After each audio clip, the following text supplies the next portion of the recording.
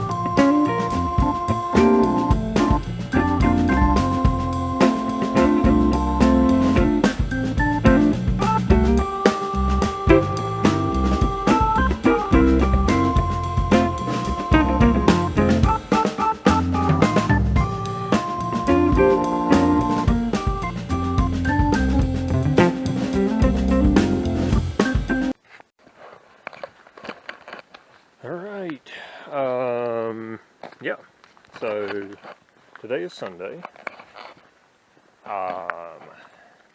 From what I've seen so far, it seems like Sunday is kind of the go out for a hike day. I've already seen a number of people at the Overlook look like they were heading out for a hike today, and usually Sunday afternoon is maybe the most popular time to go out for a hike, which is fine. So I'll probably see a lot of people on the trail today, and probably not a lot of wildlife. I've entered the Doughton Park area, Doughton. Almost sounds like Dalton, but it's not. And I don't think I'm going to get to go down into the parts of this that really make it popular, but my friend Mike from Royal Rangers, he's came and camped up here, and somehow or another his wife's family has historical connections to the area.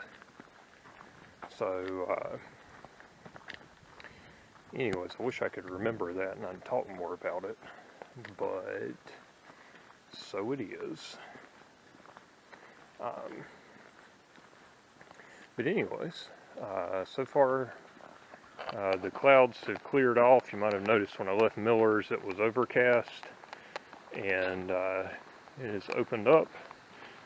It's pretty nice out here.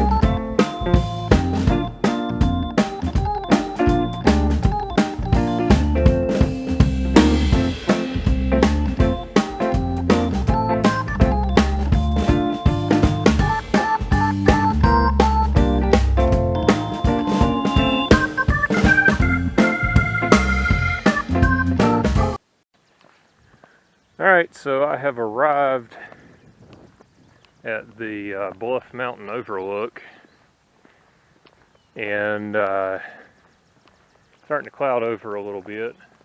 Came from over that way, and apparently I'm holding up traffic here. Let me let these people get by.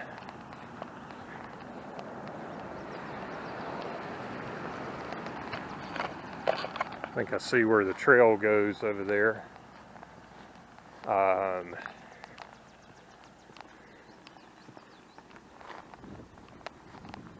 So,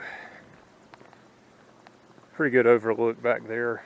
Climbed up from the Basin Cove overlook, and I'm heading up still.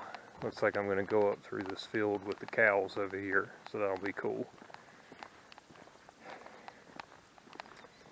A little bit of a climb in between the two, not too bad, but definitely a climb there. And I'd started recording and didn't check to make sure it was recording, and sure enough it got me. I was talking about how I thought about burning my Gregory pack when I got in from the trip yesterday. I should be done backpacking now. Either be hiking to the campground every day or getting pulled out.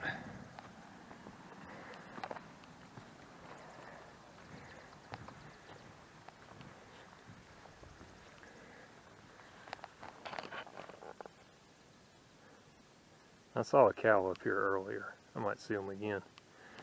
Anyways, that Gregory pack, it's a gigantic 75-liter monster, and for whatever reason I thought I needed the capacity to do like multi-day excursions and stuff. Like, I think they market that as a 5 to 7 day pack, and I mean, yeah, you could definitely do that with it.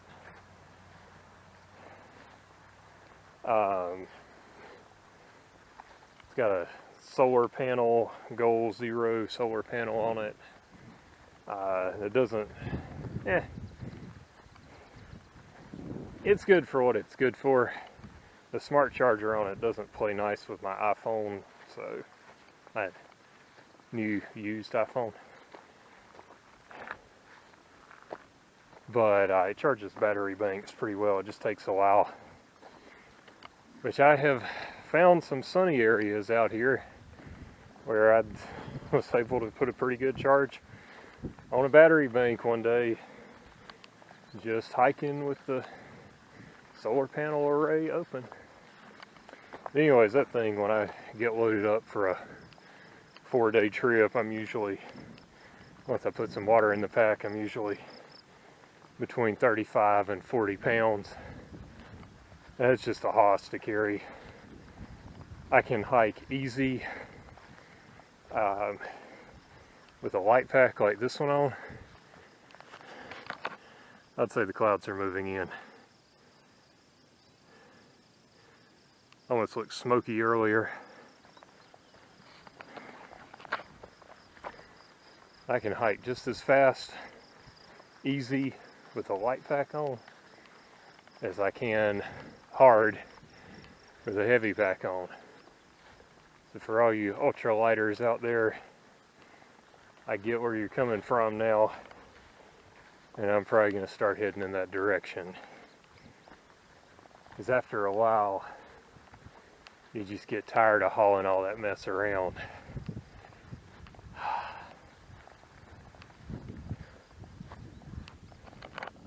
Probably going to have to put the GoPro away here in a little bit just because it doesn't play well with humidity, but this is cool and scary.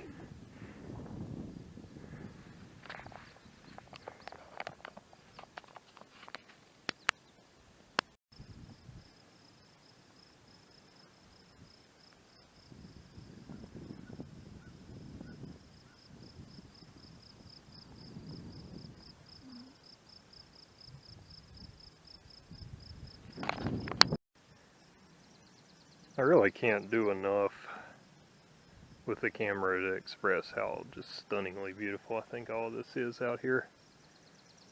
This might just be my favorite part of segment 5 through here.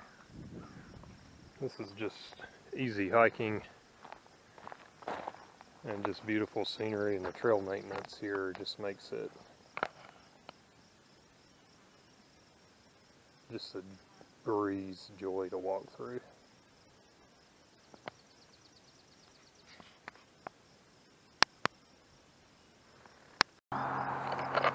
Alright, I just passed by the Bluffs restaurant, which smelled pretty good. Unfortunately, I hit them almost exactly halfway between serving breakfast and lunch, because it's like right at 10:30 right now. And, well, yeah, I've got lunch with me anyways. Somebody has put feathers in a lot of these MST markers. In fact, almost all of them around this section. Starting to feel some little sprinkles here. May have to pull the poncho out and cover everything up here in a moment. We'll see. But right now, still feeling pretty nice out here.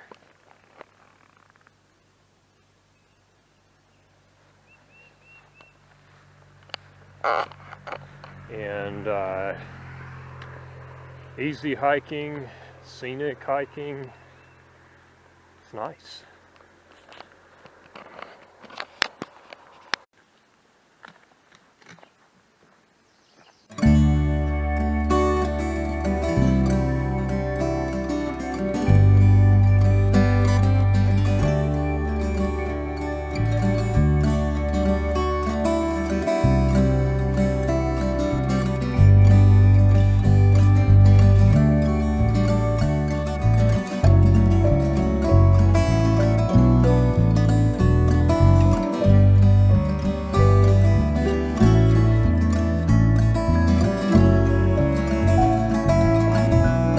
App have anything to say what it is. It doesn't look like this area is used a whole lot. They do have campsites with a fire ring, lantern hook, picnic table, and tent pads. And again, it doesn't look like this is used very much, if at all. It does appear that there are quite a few sites. So, yeah, there's that.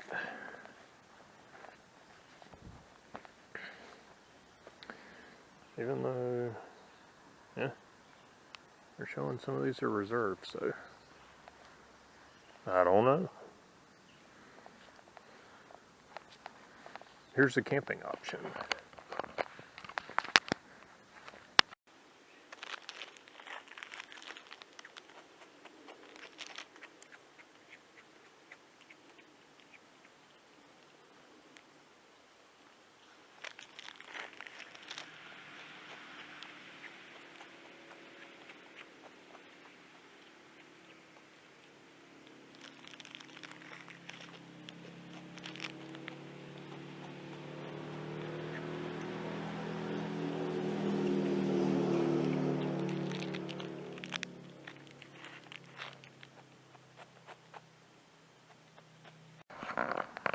So I think the campsites I was seeing earlier are just a part of Dalton Park's campground. And not only do they have that, they also have a tent sites. They have RV sites. Look like pretty decent RV sites too. I hear a generator running, so I'm guessing only the campground host gets power, and then everybody else doesn't, as is typically the case in national park campgrounds. Which, interestingly enough, the campgrounds that have power tend to be quieter during the day because nobody's using generators. Isn't that a thought?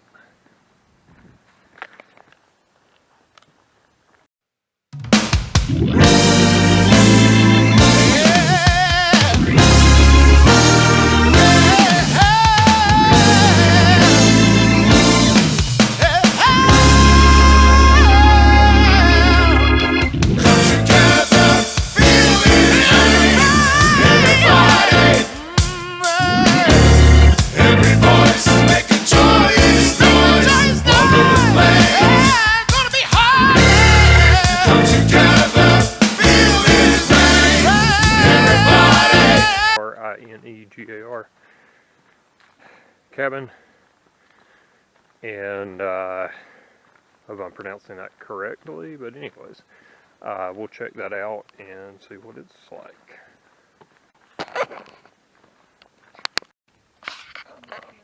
Alright, so the Brongar cabin has a little garden here.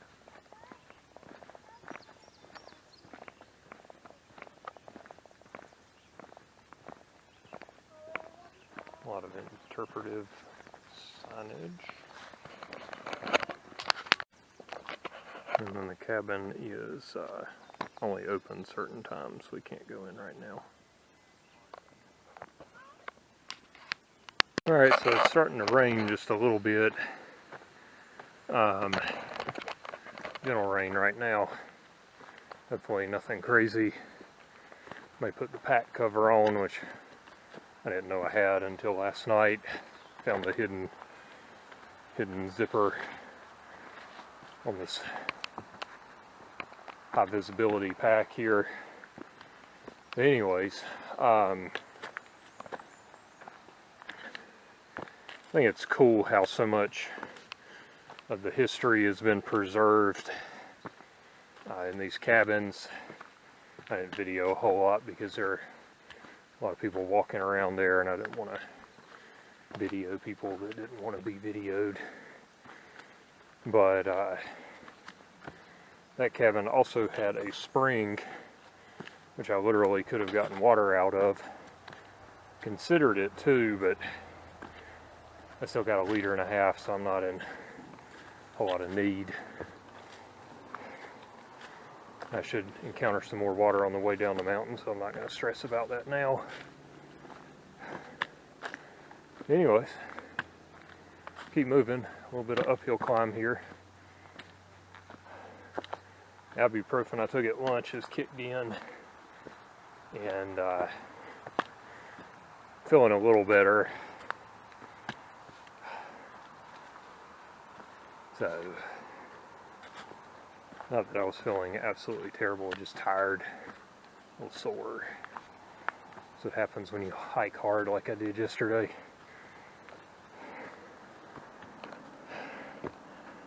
Steady uphill here.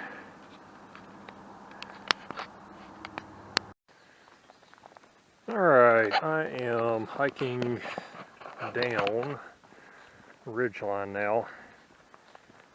I had to hike it up, and the rain seems to have at least stopped for the time being. Looking off to the west, the clouds kind of tell me I may see some more, but deal with that when it comes. I'm thankful that it was not enough to soak the grass here, because I'm having to walk through that stuff, and that makes for some difficult going because it soaks your shoes. unless you have waterproof pants, dumping off the outside edges of waterproof shoes, which I don't, so there's that.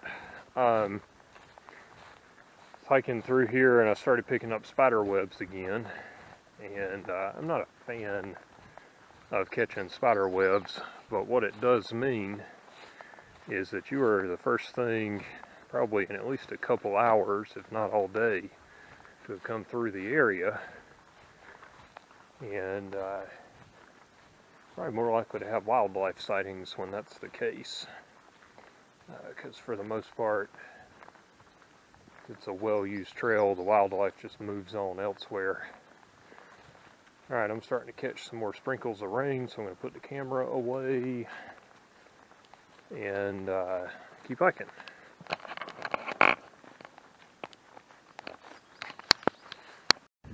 Alright, I'm here at the Airbellows Gap, and quite scenic up here and beautiful too.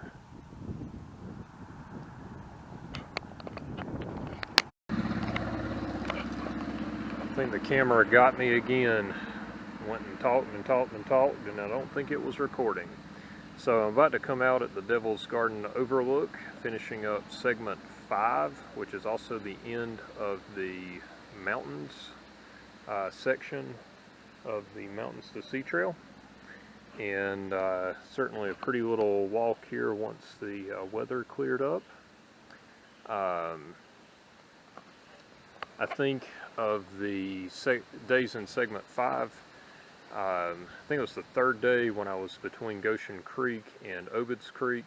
That was a favorite, but I think my overall favorite was today, just because of that, the field walks through Dalton Park.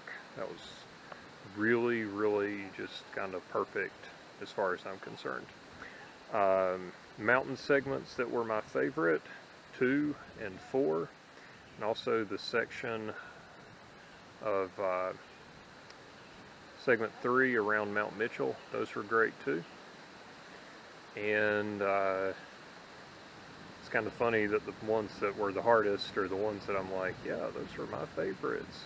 They're also the most scenic and the most wild. So I'm going to keep hiking down to Stone Mountain and try and connect back up with Jennifer. And I'll see you on the trail. Alright, make sure this thing is recording. It's already got me twice today. It's like the 2 times I didn't check. So I didn't stay long at the Devil's Garden Overlook parking area, because there's some dude down there having a heated conversation either with himself or somebody over Bluetooth. I don't really care which one it was.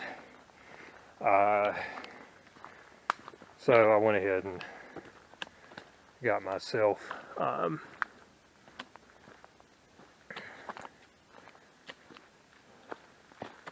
going.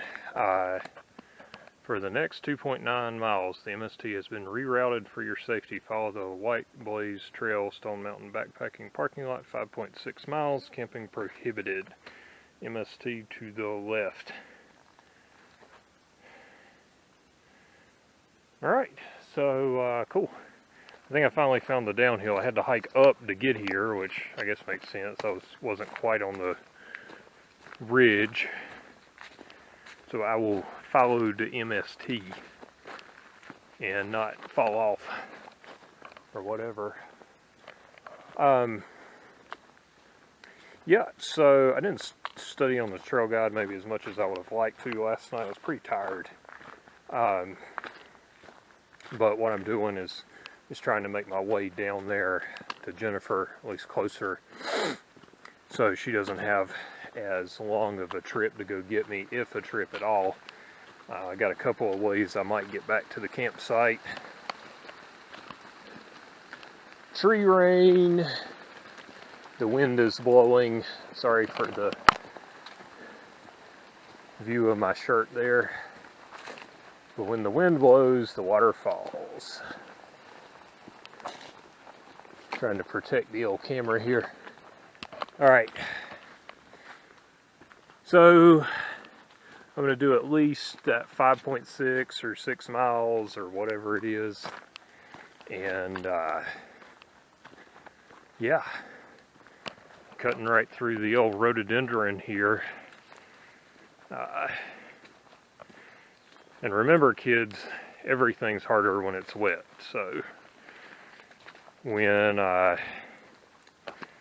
rains, even a little bit, your feet are going to get wet, clothes are going to get wet. So hopefully nothing too bad here. I think I've got at least another 6 miles on the old dogs here. Maybe more than that. We'll see how I'm feeling once I get down to the bottom. Seen some other MSTers. I think it was Little Hike Mike I saw come down segment 6 here. And I think I remember him saying it wasn't too bad getting down here. So, and he is a YouTuber. Watched a number of his videos. I got onto his stuff, I think, trying to find some information about the Nusiak Trail, and he had done a pretty good video where he went through that. He's done quite a bit of the MST section hiking it, which is to his credit. He's doing all the road walks and everything. I'm not about the road walks, as you'll see. If it's asphalt, give me a bike. I feel safer on the bike. I've done both. I've road walked a good bit on the little, road walks on the Blue Ridge Parkway here, and I feel much safer riding a bicycle than I do walking along the side of a road. All right, we'll keep hiking. All right, do a little nerd talk just a little bit more. What I'm currently doing, I believe, is coming down off the Blue Ridge Escarpment. That's a fancy way to say that I'm coming down off the Blue Ridge Mountains, y'all. I don't remember what the descent here is. It might actually say in the trail guide if I would get it out and read it carefully. I might do that later. But this is going to be a whole lot of downhill. I got some falls coming up, and I'll try and maybe stop and video some of those if it's not pouring down rain or anything crazy. And yeah, cruising down this, it's like an old forest road or something like that. So not too bad, a little bit steep, but pretty decent hiking so far. Oh yeah, one more thing. I've bid the Blue Ridge Parkway goodbye. Period. We're done with it. Oh, tree rain. Alright, so it is Sunday, and that means that we are going to have a trail devo. And my activity today is coming down off of the mountain. And the thing that reminded me of, just left the road here. Alright, so let's make it interesting. The thing that reminded me of was Jesus and the Mount of Transfiguration. And what happened there is, let's see, I think it's Luke 8. You can read about it in the Bible. Luke chapter 8. But anyways, Jesus took Peter, James, and John up on the mountain with him. And while they were up there praying,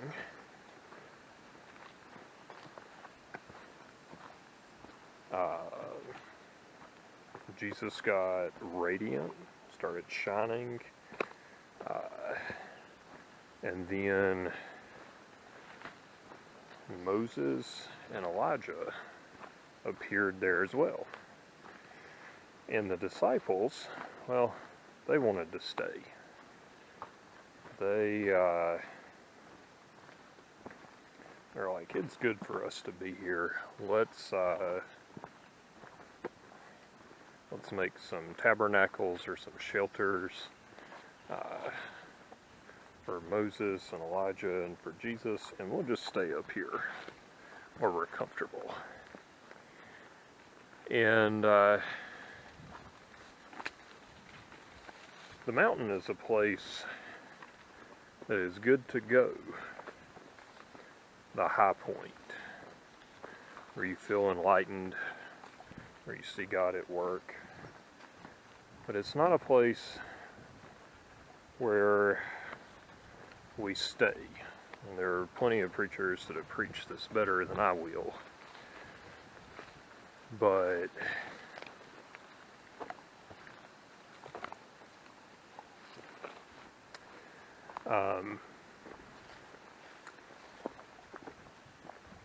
we do have to come down, and then we go serve. And Jesus went down into the demon-possessed valley below and worked with the people that really needed help after that. So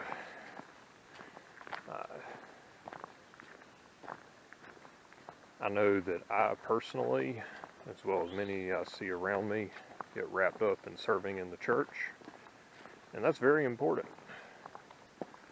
But we need to be taking the light outside of the church, because that's where it's needed most.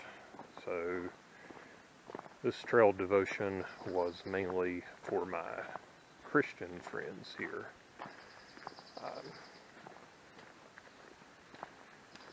But that is the thought, is to get out and serve where you're needed, and not just camp out. Not just camp out in the church. You need to go to church, don't get me wrong. But it's not a place where the gospel needs to stay. It needs to go out with us.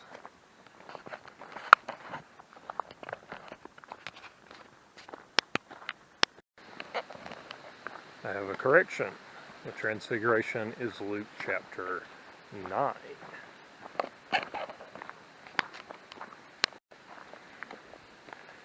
Alright, so a little bit back there I picked up the Sparta Trail. Again, haven't read up on that recently, but I think that that runs on for a ways, and I don't know where it starts and where it ends, so I don't have a whole lot of comment on that. But anyways, the going is pretty easy at the moment. Actually, I had a couple of little kind of uphills here and there after a long, pretty steady downhill. Still kind of expect to be going down more than up, but just cruising along here. This looks like old road bed as well, so nothing too hard here. Looks pretty well worn too.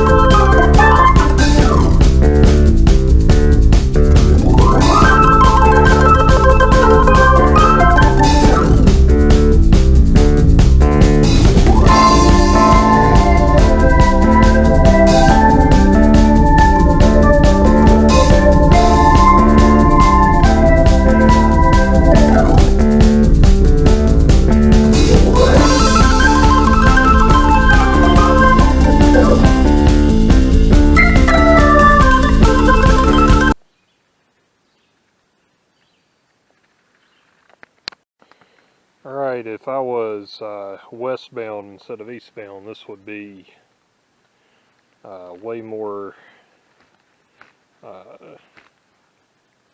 taxing here.